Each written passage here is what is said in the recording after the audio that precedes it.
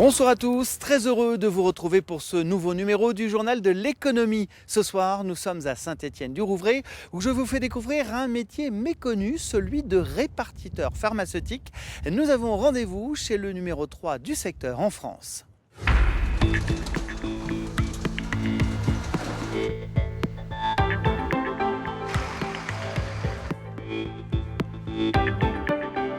Le groupe coopératif aujourd'hui dénommé Astera a vu le jour en octobre 1919 sur la rive droite de Rouen. Il est plus connu sous le nom de l'une de ses sociétés, Serp Rouen. Il emploie 3500 personnes, dont 600 en Normandie.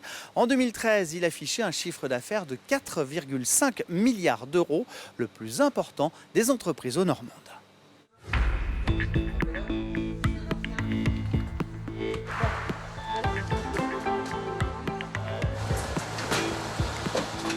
Avant de parler en détail de l'entreprise, on va s'intéresser à son métier principal avec le directeur de l'agence Serp Rouen de Saint-Étienne-du-Rouvray. Laurent Vanberg, bonsoir. Bonsoir. Alors qu'est-ce qu'un répartiteur de médicaments? Un répartiteur est une entreprise qui achète à plus de 330 laboratoires, près de 30 000 références qu'il met à disposition des pharmaciens d'officine, clientes de l'agence. Et vous devez répondre à un cadre législatif contraignant? Effectivement, nous avons des obligations de santé publique, notamment détenir en stock 90% d'une liste de médicaments importants pour le public. Également aussi mettre à disposition en moins de 24 heures tous les médicaments que les pharmaciens nous commandent. Est-ce que c'est un métier facile? C'est pas un métier facile, puisque géré par des obligations, puis aussi avec des interlocuteurs différents que sont les laboratoires d'officine d'un côté et les pharmaciens de l'autre, puisqu'on est vraiment entre le laboratoire fabricant et le pharmacien d'officine qui délivre au comptoir tous les jours.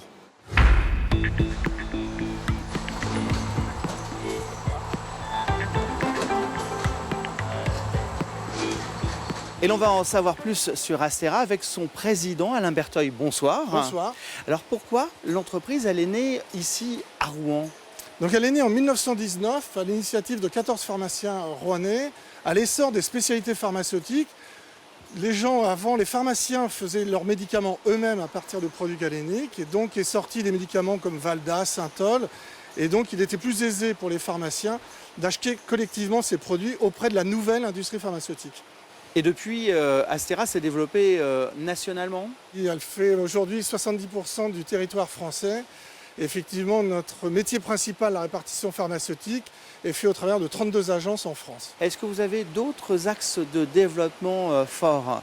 Une grosse partie de notre développement est fait sur le maintien à domicile maintenant, puisque vous savez que les hospitalisations sont de plus en plus courtes et qu'effectivement on permet aux Français de venir se soigner chez eux à domicile et donc on aide les pharmaciens à permettre au travers de l'allocation de lits, de développement de perfusion, d'oxygène à domicile. Donc ça c'est un axe fort de développement de la coopérative. Du côté des pharmaciens, est-ce que vous intervenez également sur de nouveaux métiers? Nous aidons les pharmaciens au travers d'un logiciel informatique, donc pour leur permettre à la fois de gagner du temps dans la délivrance, mais aussi en toute sécurité. Et nous avons lancé il y a très peu de temps la certification ISO des pharmacies. Il faut absolument que le pharmacien conforte son rôle de professionnel de santé, ce qui n'est pas toujours perçu par les Français. Merci pour toutes ces précisions. Merci. À présent, on fait le point sur le reste de l'actualité économique dans notre région, sans oublier l'offre d'emploi de la semaine. Les brèves de l'écho, c'est parti.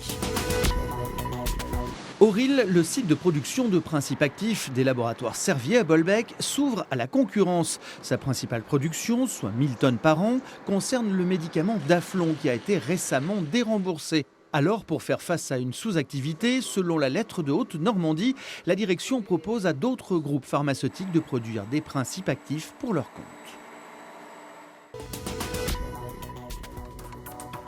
Pôle emploi Fécamp recherche 7 conducteurs ou conductrices de cars en CDI pour du transport routier régulier de voyageurs à Notre-Dame de Gravenchon ou Saint-Valery-en-Caux. Permis B exigé et permis D souhaité, débutants acceptés. Tous les détails sur notre site web. Pour notre portrait d'entreprise de la semaine, direction Sainte-Barbe-sur-Gaillon dans l'Eure, où une maman active a eu l'idée de créer une petite entreprise sur le web autour de la vente à distance de kits pour fêtes et goûters d'anniversaire pour enfants. Reportage Raphaël D et Emmanuel Partouche. Sur Un concept chic et original. C'est l'anniversaire de Charlotte. Elle fête ses 7 ans en compagnie de ses copines sur le thème de la princesse. Créatrice de la Fée des Fêtes sur le web, Christine a imaginé des kits créatifs et ludiques très tendance clé en main. Des boîtes magiques qui permettent aux parents d'assurer les occasions de fêtes d'enfants sans s'arracher les cheveux. Christine est venue sur place prendre quelques photos pour son site. C'est très simple d'organiser une fête. Il suffit juste de mettre les enfants dans un univers. Et derrière, on fait des jeux, on apprend au travers de quiz toute la vie de princesse. Et elles vont réaliser aussi une très jolie petite baguette de fée, bien entendu. Dans son atelier de création à Sainte-Barbe-sur-Gaillon dans l'Eure, Christine a travaillé sur 30 prototypes de sa collection d'éléments de fête destinés aux enfants âgés de 7 à 12 ans. Elle photographie tous les objets conçus comme ce nichoir. Je prends l'intégralité des photos du site, que ce soit des objets, mes boîtes de fête. Donc là, j'ai mes lampes qui me permettent d'avoir un éclairage qui soit idéal pour le site internet.